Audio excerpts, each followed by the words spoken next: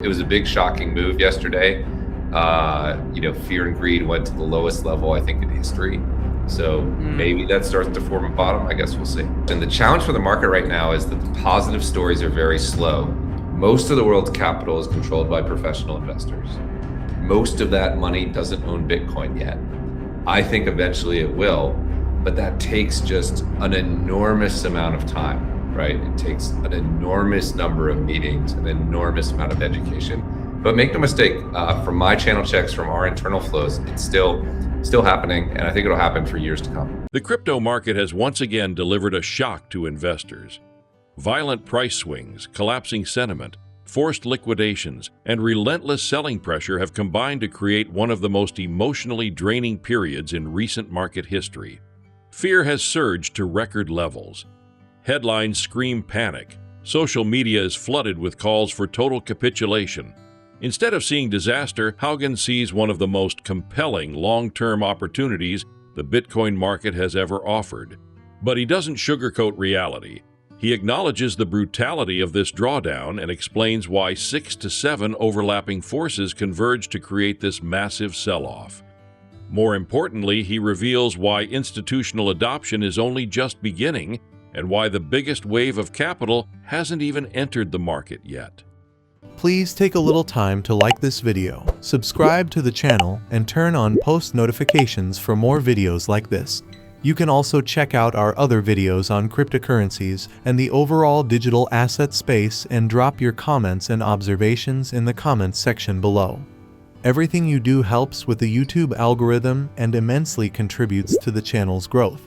Thanks and enjoy the video. I do think this is an interesting opportunity if you have a long-term time horizon, and I think we'll probably round to a bottom, but could it go further? Of course, I think, the thing about when I watch the media talk about these big market moves is they try to pin it on one specific thing. My take is this is not a one specific thing move. I think there are 6 or 7 factors that are contributing to this all at once. And that's how you get these big sustained selling. So just to itemize then, some of it is OG crypto investors selling out of fear of a 4-year cycle. They sold maybe $150 billion in 2025. I think that started to taper off, but they have been right that the 4-year cycle would repeat, and some of them stepped out of the way. Some of it has been still the effects of the October 10th liquidation event. I think there's still rumors, I'm sure you were hearing them yesterday, of forced selling by one or more hedge funds or broker dealers that were impaired in that event. I think that is in the mix. I think some of it is concerns that Kevin Warsh, the new Fed chair, is more hawkish than some of the other people that were being considered for the Fed chair. I think some of it is the broader macro picture. People were selling Palantir and Amazon yesterday. They were selling silver and gold. They were also selling Bitcoin. I think it's when you put all those things together, you get this kind of sharp move downwards, particularly when those of us who are bullish long-term, but we don't have a specific thing that we're pointing to, a Schelling point that we say, it's going to be this. Right? It's going to be the approval of the Bitcoin ETF, or it's going to be the emergence of DeFi. We're sort of reaching for that narrative. And so I think it's all of those factors at once. But it was a big shocking move yesterday. Fear and greed went to the lowest level, I think, in history. So maybe that starts to form a bottom. I guess we'll see.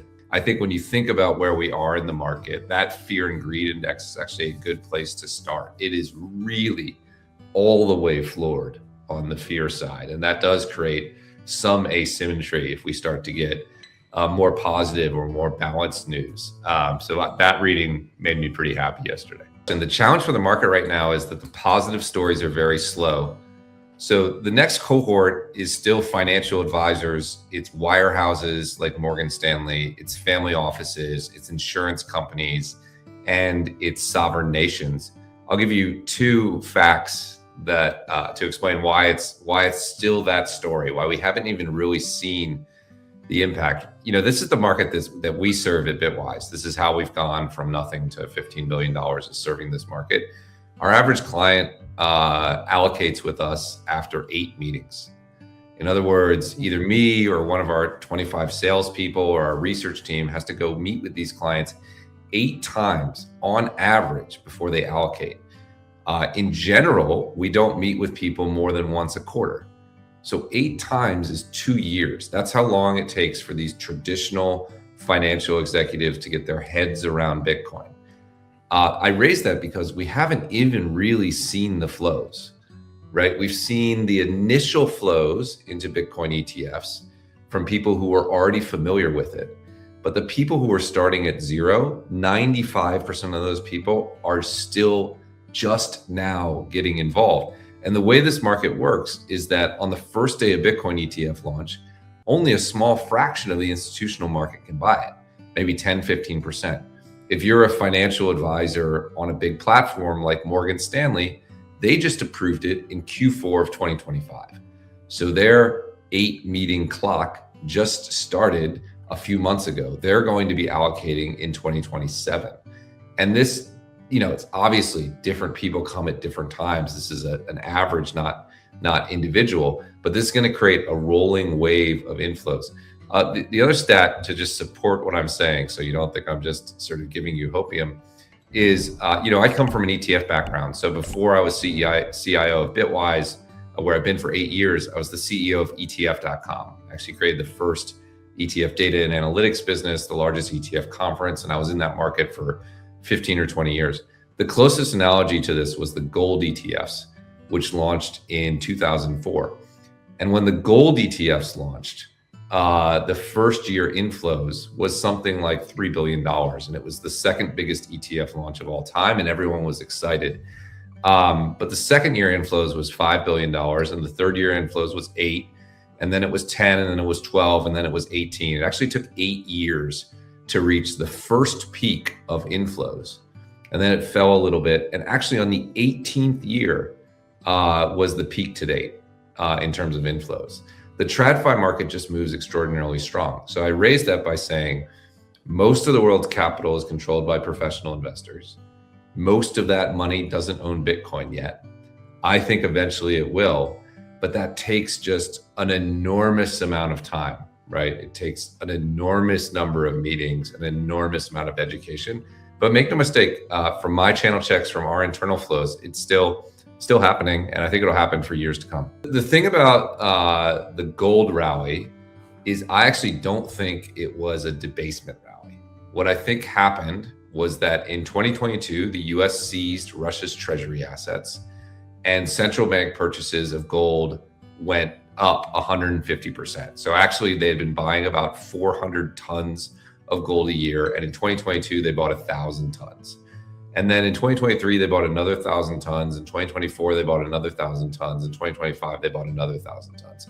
So it did a one-time uptick because central banks learned that if you held US Treasury assets, they could seize it if they wanted to, and they didn't like that.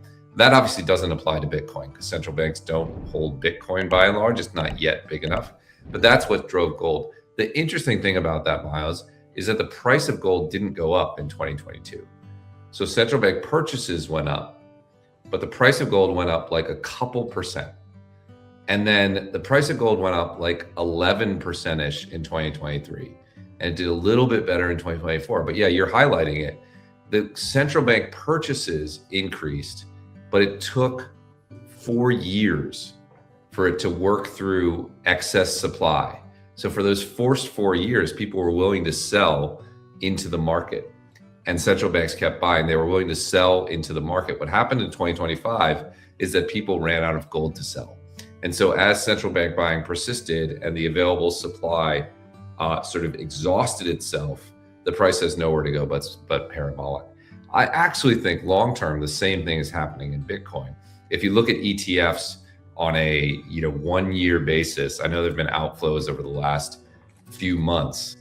But in 2024, ETFs bought something like 2x the supply of Bitcoin. In 2025, ETFs bought another $20 billion of Bitcoin. That was more than the available supply. That chart is going up quickly. And from my conversations with institutions, it's going to go up again. I was at a meeting with financial advisors this week in South Florida. Yeah, exactly. They are still very interested in Bitcoin. Many of them see this as an entry point, a new time to get in. People who bought it previously are going to continue to hold. So ETFs are going to eventually exhaust the supply of Bitcoin the same way gold eventually exhausted the supply. It just takes a while. So look, when I look at the gold move, I say the store of value market is bigger than it's ever been, and Bitcoin is eventually going to win a huge share of that. I think that's still intact. I don't think people should give up the faith. Hougan remains unwavering in his core belief Bitcoin is digital gold, but he argues it's actually better than gold because it enables self-custody through settlement. It allows instant global transfer. It avoids physical storage constraints. It resists capital controls and confiscation. Gold stores wealth. Bitcoin stores and moves wealth. Over long-time horizons, Bitcoin has already proven this thesis. Over 10 years, dollar down 26%, Bitcoin up 20,000%. Since COVID lows, Bitcoin up 20x. Short-term volatility does not invalidate long-term value storage. One emerging concern, especially among institutions, is quantum computing risk. While Hougan believes this threat is years away and solvable, it does influence market psychology. Large institutions are naturally conservative. Even a theoretical vulnerability provides justification to delay investment. So my core thesis on Bitcoin is digital gold. I think it's better than gold because it extends self-custody through settlement. I think gold is good as a store of wealth, but as we move into a multi-currency world, the ability to use it to settle transactions is really challenged by its physical girth. And Bitcoin solves that problem. When I look at it, I actually think it's been doing a good job as digital gold if you look at it over the right time horizon, right? Over the last 10 years, the dollar is down 26% and Bitcoin's up 20,000%. That's pretty good. If you look since the COVID low, even today, Bitcoin is up 20x from where we bottomed at the start of COVID when inflation really hit. It's on these shorter term periods. And we can talk about why it didn't follow gold up at the end of the year. I have a very strong view there. But gold itself, if you've been studying gold for 10 or 20 years, goes through long periods where it doesn't do a perfect job storing value. You have to look over long periods of time. So I think the Bitcoin thesis is still intact. The technology still works. It's still the only digital asset you can self-custody through settlement. And that is a very powerful thing in a world that's losing faith in institutions. I still think that's intact. I think it's a little bit of an issue. So it does get raised in my meetings, particularly with larger institutions. It is a reason for them to say no. Sometimes they're just looking for a reason not to do it because they don't feel comfortable with it. And if they can point to something like quantum, then that is a reason to delay making that decision. I think it's keeping them out of the market. For what it's worth, I also think usually in these market pullbacks, one of the sources of support in Bitcoin is sort of the OG Bitcoin community. And I think when you have Willy Woo worrying about this, and when you have Castle Island worrying about this and Nick Carter worrying about this, part of that OG community is uncomfortable coming in until Bitcoin core devs make this a thing. I think tangible progress on quantum resistance would actually be one of the signals that could help us bottom. Now, do I think it's a pressing problem? I don't think it's a pressing problem. I still think it's many years out. Do I think Bitcoin can solve it? I think Bitcoin can solve it. We know what the problem is. There's some uncomfortable decisions we have to make with things like Satoshi's wallets, but it is a problem that we can identify and solve. But absolutely, is it coming up at the institutional level? Yes is the answer. I met with a central bank earlier this year. They raised the question of quantum and telling them that we know it's a problem and that there are solutions in the future. They can say, great, but you still have to implement those solutions, right? And there's always risk in implementation. So I do think this is one of the things that could help us bottom and be a positive catalyst. It doesn't matter if I'm worried about quantum. It doesn't matter if I think the devs will solve it. It doesn't matter if like I'm feeling it matters what the community thinks, because as you said, it keeps some of those OGs on the sideline. It skews the book. It removes a source of support and it can spiral. And, I mean, you can look at the relative returns of an asset we haven't talked about, and this is not the only reason it's been more resilient, but Bitcoin Cash versus Bitcoin, since they got on the quantum warpath, it's outperformed. I may not like that, but it's just objectively true. And I think the data in the market suggests what you're saying is true. This is keeping part of the OGs out of the market. It's probably encouraging them to sell. And it doesn't matter if that's a real concern or an immediate concern or not. It has to be solved to help with that relative narrative. Honestly, I don't pay much attention to Bitcoin Cash. I'm surprised to see how decently it's holding up. I don't pay much attention to it either, but I was looking the other day at monetary crypto assets. And if you plot since, let's say, the start of 2025, if you compare Bitcoin, Bitcoin Cash, Zcash, and Monero, I think it tells a pretty interesting story, which is that there's part of the OG crypto community that I think is worried about Bitcoin and quantum, that is worried about sort of suit coins like me dragging Bitcoin into the regulated market, and privacy coins, and maybe with Bitcoin Cash's sort of tilt to quantum resistance in the middle or part of last year. There's been a little bit of rotation there, right? I think it's an interesting side note. Again, I think Bitcoin wins in the end. That's my core thesis, but the numbers suggest something interesting is going on. Are you bullish on any of these? I mean, not just these specifically, but privacy in general? Hugely bullish on privacy. I do think one sort of picture you can have in your head is that as Larry Fink and other traditional investors drag Bitcoin into the regulated sphere, it creates a much bigger space for actual privacy coins on the other end of the sphere, where they won't participate in the same way in the institutional market. Like, I would be very challenged to bring a Monero project to market. It just wouldn't sit well with regulators. But that is a significant community. And I think, again, as we move crypto more mainstream, the space for that widens out.